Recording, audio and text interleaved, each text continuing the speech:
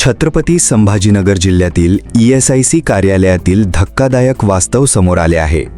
युवा क्रांती पोलीस मित्र फाउंडेशन अंतर्गत जिल्हा मार्गदर्शक म्हणून मी संजय प्रकाश दोडके आज ESIC कार्यालयाला भेट दिली असता अनेक गंभीर समस्या निदर्शनास आल्या। PSIC विभागामध्ये रुग्णांना बसण्यासाठी साधी बाकडी सुद्धा व्यवस्थित उपलब्ध नाहीत।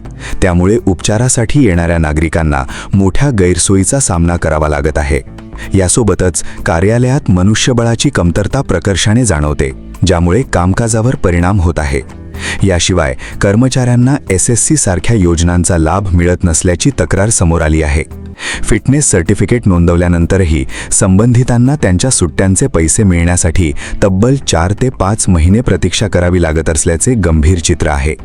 ही परिस्थिती लक्षात घेता संबंधित प्रशासनाने तात्काळ दखल घेऊन आवश्यक सुविधा उपलब्ध करून द्याव्यात, तसंच कर्मचाऱ्यांच्या हप्त्याच्या बाबींमध्ये होणारा विलंब त्वरित थांबावा अशी मागणी करण्यात येत आहे। हे बघा, मी आज SI डिपार्टमेंटला इथे आलोय।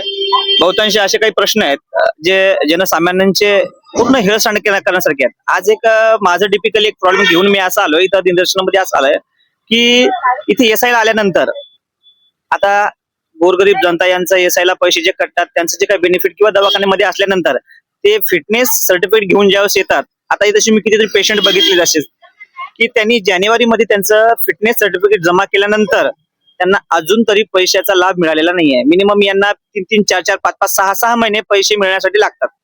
आता मला सांगा, जो कोणी गरीब बिचारा जो दवाखान्यामध्ये सिरियस झालाय, त्यांनी ज्यावेळेस तो फिटनेस झाल्यानंतर तो दवाखान्यामधून ज्यावेळेस तो घरी जातोय, फिटनेस होतोय आणि त्यानंतर त्याचे जे 2 पैसे त्या सुट्टीच्या याच्यामध्ये जो येतो त्याचा उदरनिर्वाह त्यांनी करायचा कसा? जर त्याला 10 ते 15 दिवसामध्ये जर पैसे मिळाले नाही, त्यांनी त्याचा उदरनिर्वाह बाकीचा करायचा कसा?